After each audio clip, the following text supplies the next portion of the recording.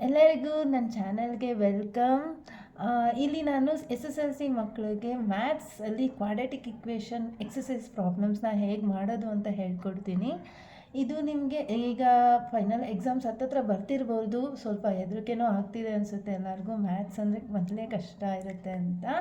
So ಮ್ಯಾಥ್ಸಲ್ಲಿ ಅಂದರೆ ಕ್ಲಾಸಲ್ಲಿ ಏನಾದರೂ ಅರ್ಥ ಆಗಿಲ್ಲ ಅಂತ ಅಂದರೆ ನನ್ನ ಚಾನಲ್ಗೆ ಬಂದು ಹೇಗೆ ಮಾಡೋದು ಅಂತ ಅಂದ್ಬಿಟ್ಟು ನೋಡ್ಕೊಳ್ಳಿ. ನಾನು ಕನ್ನಡದಲ್ಲಿ ಹೇಳ್ಕೊಡ್ತೀನಿ.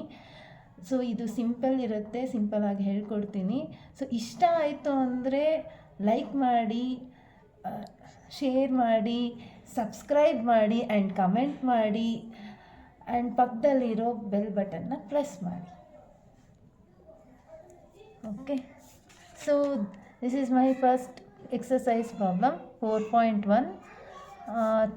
ಇಲ್ಲಿ check whether the following are quadratic equation or not ಅಂತ ಹೇಳಿದ್ದಾರೆ. ಫಸ್ಟ್ ಇಕ್ವೇಷನ್ ಬಂದು x+1² = 2 of x - 3. ಸೊ ಇಲ್ಲಿ ಇದು LHS ಅಂತ ತಗೊಳ್ಳಿ, ಇದು RHS ಅಂತ ತಗೊಳ್ಳಿ. ಓಕೆನಾ? ಸೊ ಇದು ನಿಮಗೆ ಕ್ವಾಡ್ರಾಟಿಕ್ ಇಕ್ವೇಷನ್ದು ಈಕ್ವೇಷನ್ ಏನು ಅಂತ ನಂಗೆ ಬೇಸಿಕ್ ಇಕ್ವೇಷನ್ ಗೊತ್ತಿದೆ ಅಲ್ಲ, ax² + bx + c = 0. ಸೊ ಇದು ಈ ಫಾರ್ಮ್ಯಾಟಲ್ಲಿ ಬರಬೇಕು.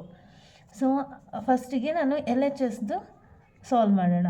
x+1² ಇದು ನಿಮಗೆ ಬೇಸಿಕ್ ಫಾರ್ಮುಲಾ ಗೊತ್ತಿದೆ, a + b² formula. So that is equal to a² + b² + 2ab. ಸೊ ಇದು ತುಂಬ ಬೇಸಿಕ್ ಫಾರ್ಮುಲಾ. ಸೊ ನೀವು ಪ್ರೈಮರಿ ಸ್ಕೂಲಲ್ಲೆಲ್ಲ ಕಲ್ತಿರ್ತೀರ. ಸೊ ಇದಕ್ಕೆ ಅಪ್ಲೈ ಮಾಡಿ LHSಗೆ.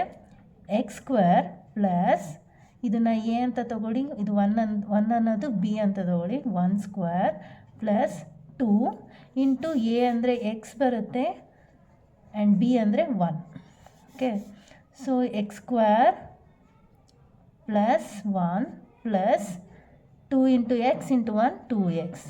ಸೊ ಈಗ RHS ಮಾಡ್ಕೊಳ್ಳಿ. 2 of x - 3 ಬಂದುಬಿಟ್ಟು 2x minus 2 into 3 6. So x² plus 1 plus 2x, ಇದನ್ನು ಈ ಸೈಡ್ ಬಂದರೆ ನಮಗೆ ಸೈನ್ ಚೇಂಜ್ ಆಗುತ್ತೆ, -2x. ಇದು -6 ಲೆಫ್ಟ್ ಸೈಡ್ ಬಂದರೆ +6 = 0. ಸೊ x² ಫಸ್ಟು 2 ಇದನ್ನು ಮಾಡ್ಕೊಳ್ಳೋಣ. ಸೊ ಇಲ್ಲಿ ಕ್ಯಾನ್ಸಲ್ ಆಗುತ್ತೆ, 2x ಕ್ಯಾನ್ಸಲ್. ಸೊ 0x ಬರುತ್ತೆ, ಅಂದರೆ ಏನೂ ಇಲ್ಲ. So 0x plus, so +1 + 6 7 = 0. So this is the format of ax² plus bx plus c = 0. So this is the so that therefore ಏನಾಗುತ್ತೆ, x+1² = 2 of x - 3 is a quadratic equation.